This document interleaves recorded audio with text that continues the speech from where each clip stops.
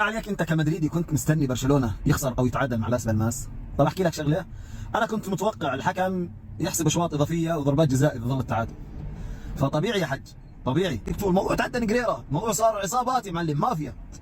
مستحيل نجريرة يكون له علاقه باللي قاعد بيصير. الموضوع صدقوني يا اخوان مجلس نيته. يا اخوان جماعة حمدون بالتهور مش طبيعيين. انا بدي افهم، انا يا معلم وصفت لهم وصفاتي يا معلم في السابق، في التهور، في الشريان، في الويو، في يا معلم الحبوب. هالمرة يا معلم لا، اتطورت الامور، صارت يا معلم التهور بايش؟ يا معلم الاعشاب. لازم نطحن لهم اعشاب يا معلم ونخلط لهم خلطات يا معلم اعشاب، بلكي يا معلم رجعوا الامر الطبيعي. لانه كل مباراة لفوز برشلونة بيطلع لك نقاريره، كل مباراة لفوز برشلونة بقول لك تحكيم. في 6 و6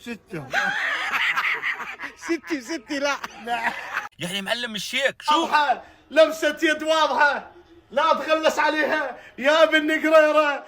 انا بقول يا اخوان لا تدوروا على خبراء تحكيم، لانه يا معلم من هون لنهايه الموسم قد ما بيحضر الحمدوني لقطات لبرشلونه وعم بيحللها بيكون يا معلم اكتسب الخبره بالنسبه للخبرات يا معلم التحكيميه. هيك بيكون يا معلم بدناش يا معلم خبراء تحكيم. هاي جماعه حمدون بيوفروا يا معلم، بيكونوا خبراء تحكيم على اصلي، لانه يا معلم كل مباراه لبرشلونه بيحللوها وبقول لك يا معلم نيجيريرا.